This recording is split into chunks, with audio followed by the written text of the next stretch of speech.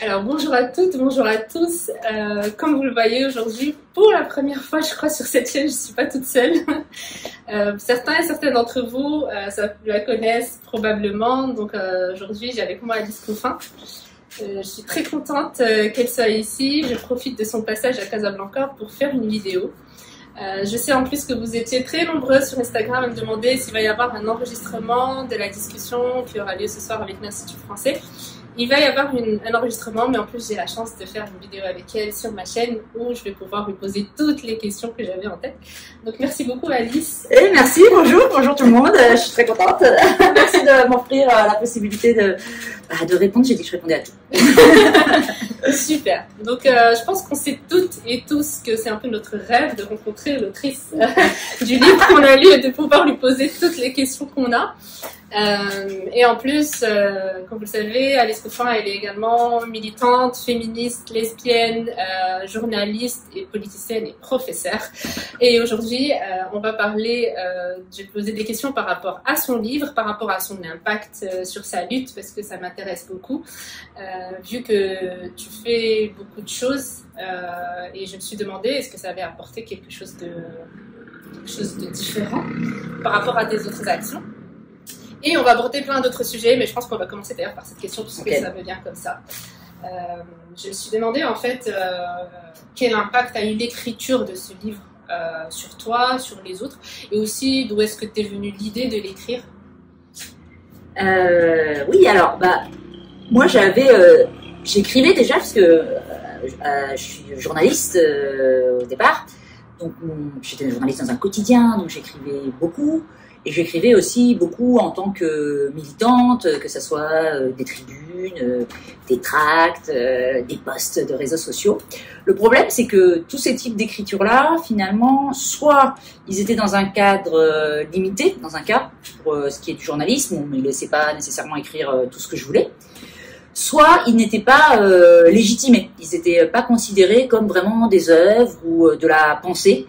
Ce que je trouve très dommage d'ailleurs, parce que quand des activistes font des posts sur les réseaux sociaux, pour moi c'est quand ils font des tracts, quand ils font des tribunes, c'est tout aussi important, ça révèle aussi une pensée finalement autant qu'un livre, mais il se trouve que c'est l'objet livre est encore très sanctifié, et donc pour moi c'était important. Et par ailleurs je déplore pas que ça soit toujours important les livres, au contraire, mais c'est vrai que ça permettait en plus de rassembler un peu une dizaine d'années de journalisme et de militantisme en quelques pages pour pouvoir avec un souci de transmission, avec il y a deux soucis en fait. Il y a transmettre ce qu'on avait fait, parce que c'est très collectif comme livre, ça raconte le combat de beaucoup de militantes, et puis aussi c'est un livre de combat, c'est ce que je dis au départ, c'est-à-dire que le livre en soi il est là aussi pour contribuer à la lutte. En fait c'est un outil supplémentaire, en plus c'est la même chose pour moi, c'est-à-dire que je fais le même boulot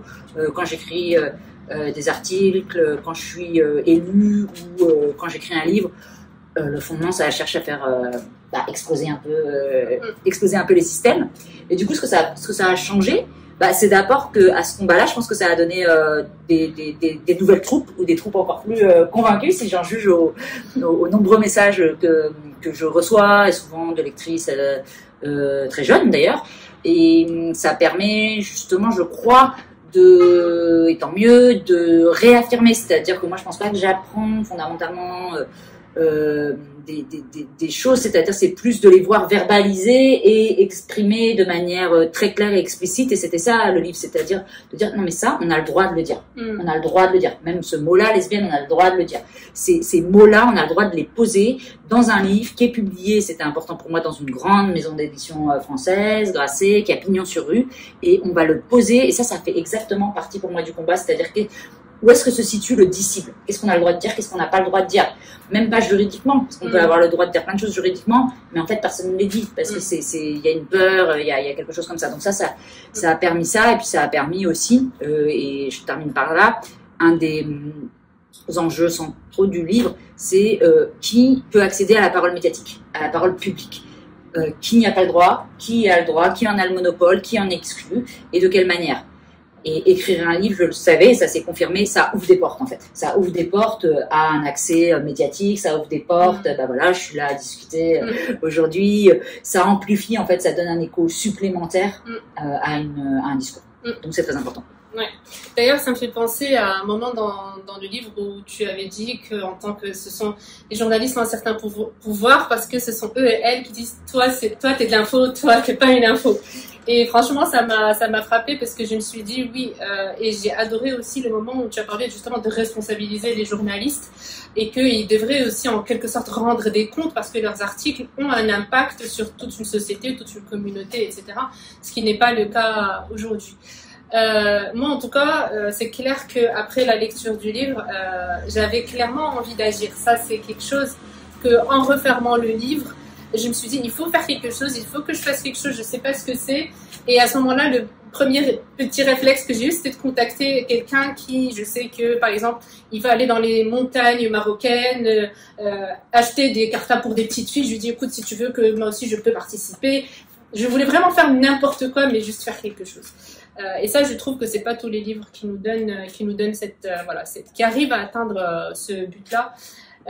Et aussi parmi les choses hyper importantes, parce que tu as dit que tu penses pas que ce livre nous apprend quelque chose, mais moi, ce qui m'a appris et j'en étais pas du tout consciente, c'était le fait que les lesbiennes n'aient pas accès à toute leur histoire en fait, toute leur culture, tout ce que les lesbiennes ont fait par le passé. Et ça, on le sait que quand on n'a pas accès à son passé, on n'est jamais complet en quelque sorte. On est un peu, je sais pas comment dire ça, pénalisé. Voilà. Et ça, je pense que tout le monde n'en est pas conscient. Et du coup, ça me ramène par rapport à, j'ai envie de partager un petit peu mon expérience ce week-end en préparant justement la rencontre avec toi. Et on en a parlé, et j'ai envie de le partager sur ma chaîne. C'est que pour la première fois, j'ai eu l'occasion de discuter de lesbiennes en fait dans mon entourage. Que ce soit avec ma famille, mes amis, etc. et même autres. Et pour la première fois, j'ai réalisé que ce mot-là dérangeait chez nous. C'est peut-être naïf, mais j'en étais pas du tout consciente. Après, peut-être parce que, comme j'ai dit, on n'a jamais trop l'occasion de le dire, d'ailleurs. Mais aujourd'hui, je voulais aussi avoir ton avis. Pourquoi est-ce que ce mot dérange autant Et même tout à l'heure, avec une amie, elle m'a dit, tu sais, j'ai l'impression aujourd'hui que gay, ça passe, même chez nous, au Maroc, mais dire lesbienne, ça devient, c'est encore... Bien sûr. Pourtant, j'aurais cru l'inverse, je sais pas. Bien sûr. Et juste, t'as raison sur le fait quand j'ai dit ça n'apprend pas le lycée. C'est-à-dire, ce que je voulais dire, c'est que c'est pas un truc cours magistral, mais ça informe en revanche, bien sûr. Et pour moi, c'est toujours essentiel, c'est-à-dire qu'il n'y a pas de, je suis pas là pour donner des grandes théories et tout ça, mais en revanche, de toujours donner aussi une information, enfin que les gens ressortent avec des informations complémentaires. Donc effectivement, dans ce sens-là, oui, bien sûr. Alors lesbienne, lesbienne. Non, oui. Bien sûr que c'est beaucoup plus compliqué à dire. Bien sûr, et il y a pas mal de raisons. D'abord parce que c'est un mot qui a été essentiellement réduit à une question de sexualité. C'est-à-dire et ça, l'exemple le meilleur qu'on puisse trouver, c'est que si vous tapez lesbienne dans Google, si vous faites une recherche sur Internet, vous allez avoir que des vidéos de films pornographiques qui mettent en scène deux femmes qui couchent ensemble. C'est-à-dire que le mot lesbienne, il renvoie uniquement à un acte sexuel entre deux femmes, et en plus, en général, à destination d'un public d'hommes hétérosexuels. Donc, c'est dire l'usurpation. Et ça, il y a eu des combats qui ont été menés pour essayer que Google change ses référencements, mais ça nous renseigne énormément sur le fait que ça n'est vu que comme de la sexualité. Et du coup, comme la sexualité est appréhendée dans les sociétés comme quelque chose d'assez sale, de il faudrait pas parler, dans le pire des cas, ou au moins qu'il faudrait garder dans une sphère privée, on a l'impression qu'en disant lesbienne, on touche à quelque chose de complètement tabou, quoi. Que c'est comme si on était en train de divulguer des informations sur ses pratiques sexuelles, sur son corps. Donc c'est ça déjà une des raisons. Je pense que c'est qui est très importante. L'autre raison, c'est que je crois qu'il faut aussi en tirer un enseignement, c'est que je crois que le mot fait très peur. Parce qu'il a un potentiel extrêmement transgressif encore pour les sociétés dans lesquelles on vit. C'est-à-dire que je crois encore que le fait d'être lesbienne est une des manières d'exister au monde qui est le plus fort en revendication. Rien que par sa propre, c'est un mot extrêmement politique. parce qu'on a des sociétés qui sont fondées sur le patriarcat, sur le pouvoir masculin et sur l'hétérosexualité. Donc du coup, quand vous êtes lesbienne, vous êtes à la fois une femme, donc vous remettez le pouvoir en cause, le pouvoir masculin, plus une femme lesbienne, donc non hétérosexuelle. Et donc ça aussi, vous remettez en cause ces principes-là. Donc il n'y a pas plus transgressif, en fait, il n'y a pas plus menaçant envers l'établissement du pouvoir dans notre société que de se dire lesbienne. Donc pour ces raisons-là, c'est-à-dire à la fois un mot qui renvoie à vraiment uniquement des pratiques sexuelles et à la fois son potentiel très politique, très transgressif, ça fait que c'est le mot interdit. Mais vraiment, c'est-à-dire que c'est ce que tu as vécu là avec ton entourage, moi je le vis sans arrêt, mais y compris de gens de bonne foi, c'est-à-dire par exemple de journalistes qui vont dire non mais je veux pas, j'ai l'impression que c'est un peu péjoratif ou que ça va un peu salir. Je participais à une manifestation il y a quelques années, une manifestation lesbienne, justement, il y avait des militantes qui venaient du Kazakhstan et qui avaient une banderole en anglais qui disait lesbian is not a dirty word. C'est pas un mot sale, c'est pas un gros mot en fait. Et très souvent, je pense qu'il y a des gens qui pensent que c'est un gros mot, que c'est vulgaire en fait. Et donc c'est déjà ça qu'il faut déconstruire. Et la meilleure façon de le faire, c'est en le disant le plus souvent possible, lesbienne. C'est ça. C'est ça, exactement. Ça me ramène à ma question par rapport au fait que, alors, j'ai plein de questions. Alors par rapport au fait qu'aujourd'hui, comme je te l'ai dit un peu tout à l'heure, c'est vrai que les pays sont différents et la gravité de la situation elle diffère d'une région du monde à une autre, mais on sait qu'on est tous et toutes dans un système patriarcal où les fondements sont en quelque sorte les mêmes. Et nous, aujourd'hui, je sais qu'on est toute une génération à prendre de plus en plus conscience de ça et aussi parfois à se sentir très impuissante. On se demande en fait qu'est-ce qu'on doit faire, par où commencer. Est-ce que je commence par mon entourage proche? Est-ce que je commence juste par m'éduquer moi-même et puis je vais pas éduquer les autres? Ça, c'est à un moment, on en arrive là. On se dit, bon, moi, je vais pas éduquer tout le monde. Moi, je sais que, par exemple, personnellement, aujourd'hui, je peux plus avoir ces discussions avec tout le monde. Et quand, des fois, sur les réseaux sociaux, je suis désolée, moi, ça m'a pris des années et j'ai lu plusieurs livres pour pouvoir arriver là. Je peux pas tout vous résumer en une phrase ou en 5 minutes. Donc, c'est pour ça aussi que je dis que responsabiliser les autres est important. Mais comment arriver là? Et aussi, j'arrive à ma question, selon toi, en premier, ça devrait être la responsabilité de qui? Une responsabilité d'État, de partie civile, de journaliste, d'artiste. Voilà, par où commencer en fait? Alors, par justement revendiquer ce concept de responsabilité. Je pense qu'il est extrêmement important et même d'être comptable de quelque chose. On est comptable des actes qu'on fait. En anglais, c'est accountability qui a été développé par récemment. Elle a fait par Sarah Schulman, pardon, je sais son nom, qui est une écrivaine américaine qui récemment a fait paraître un livre qui s'appelle Le conflit n'est pas une agression. Enfin, la traduction est parue récemment et qui développe justement ce concept-là. Que en fait on est responsable de ce qu'on fait et c'est moi je l'ai beaucoup développé en journaliste. Je vais vous donner un exemple. Moi j'étais sidérée quand j'étais à 20 minutes, mais ça serait valable dans d'autres journaux. Parfois il y avait des articles, des titres qui étaient mal pensés, qui sonnaient comme une insulte à certaines personnes. On recevait des lettres d'association, on recevait des lettres de protestation. On les prend en compte de militants qui nous disent là ça va pas comment vous avez fait. Vous avez la responsabilité en tant que journaliste de réfléchir à ce que vous avez fait pas. Et là, c'était balayé d'un revers de main. C'est-à-dire, comme si même ça n'existait pas. D'accord, pas d'accord. Mais au moins, vous écoutez. C'est-à-dire que quand on est en position d'avoir un discours public, ce qui est un énorme pouvoir, que ça soit un peu de discours public, et c'est pour ça, je sais pas dans l'ordre dans lequel il faut le faire. Moi, je trouve que c'est très important, les journalistes, vraiment, les médias, c'est capital. Que ça soit médiatique ou politique, vous êtes en position d'être responsable. Et je dis, les journalistes, c'est très important, parce que je pense que c'est une profession dans laquelle c'est très difficile d'aller responsabiliser, au sens où je l'ai expérimenté. Moi, j'étais journaliste média, donc c'est-à-dire vraiment j'enquêtais sur les autres journalistes. C'est ça, journaliste économiste, boss sur l'économie, sportif sur le sport. Moi, journaliste média sur les médias. Et c'est comme si la défense des journalistes là-dessus, quand on leur demande des comptes, quand on dit bah là, ce que tu as écrit, en fait, c'est très dangereux. Là, ça va avoir des conséquences sur t'as mal fait ton boulot, il faut le faire autrement. Et c'est de dire oulala. Me remettre en question, c'est remettre en cause mon boulot. parce que c'est moi qui sais.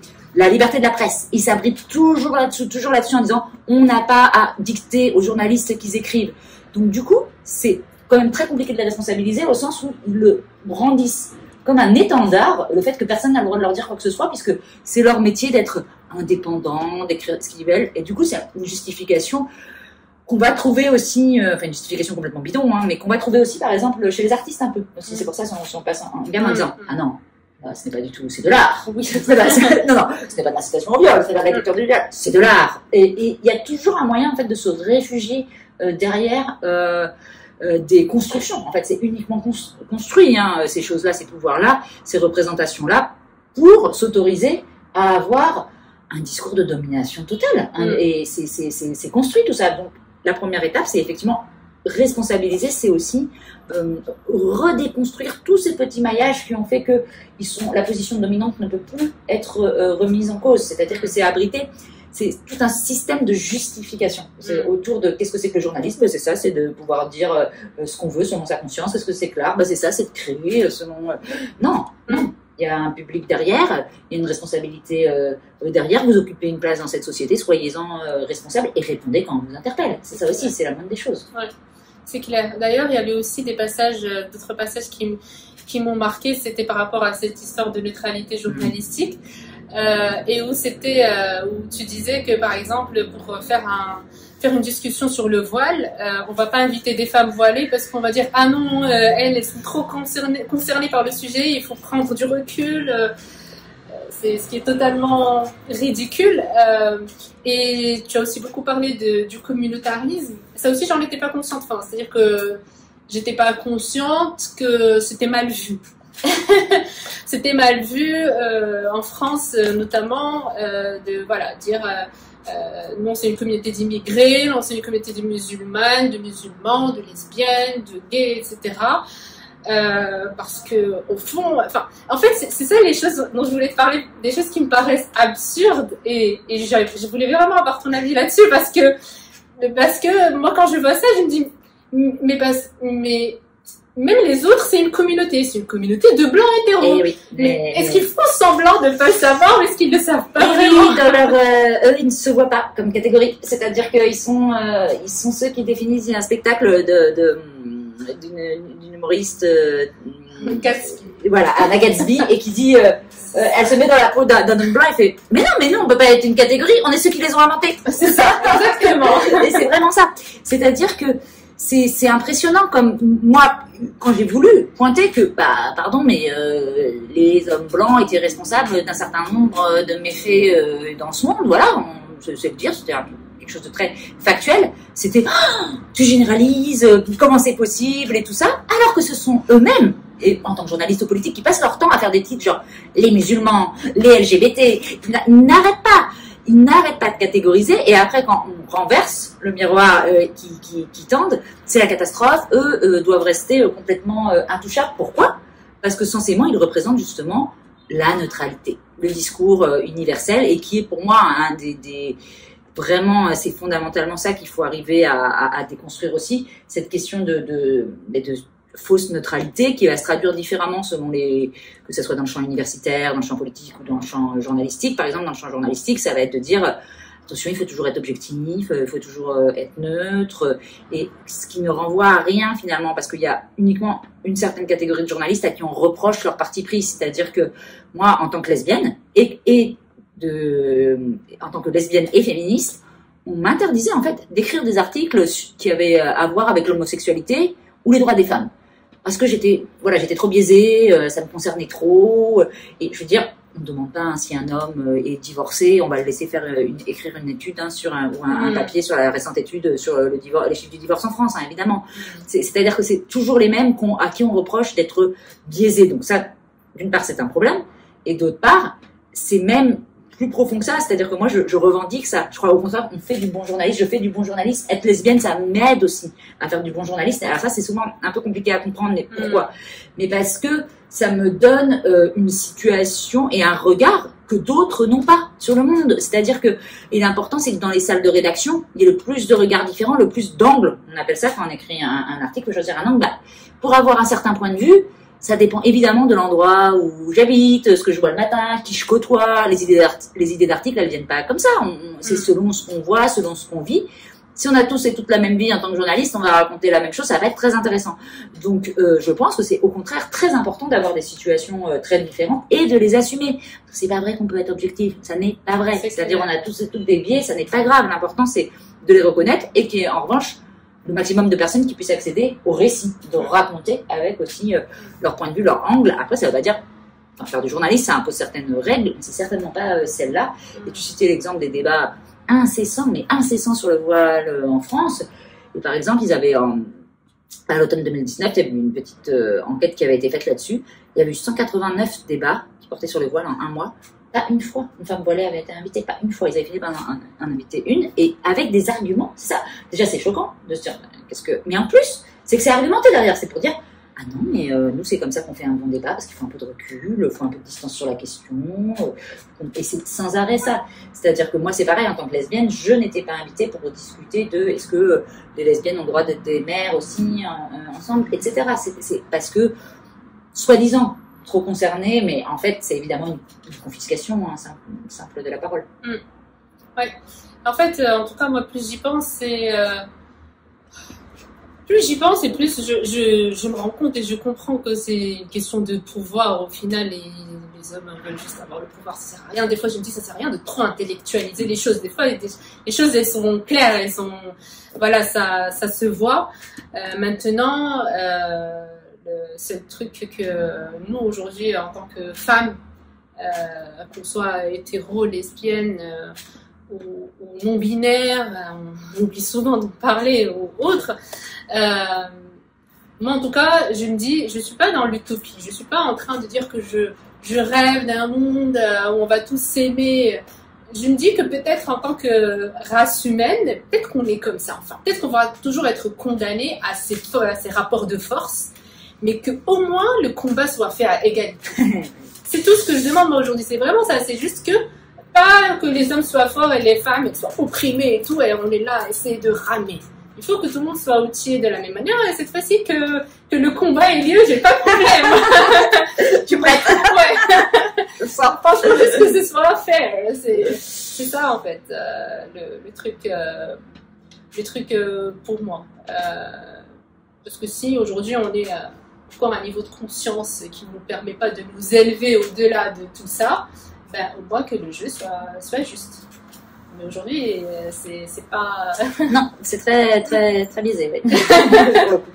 Voilà. Bon, ça fait 22 minutes.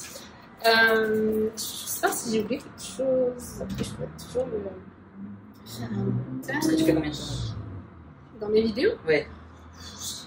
Dernièrement, c'est généralement 30 minutes, mais il n'y a pas de règle, franchement.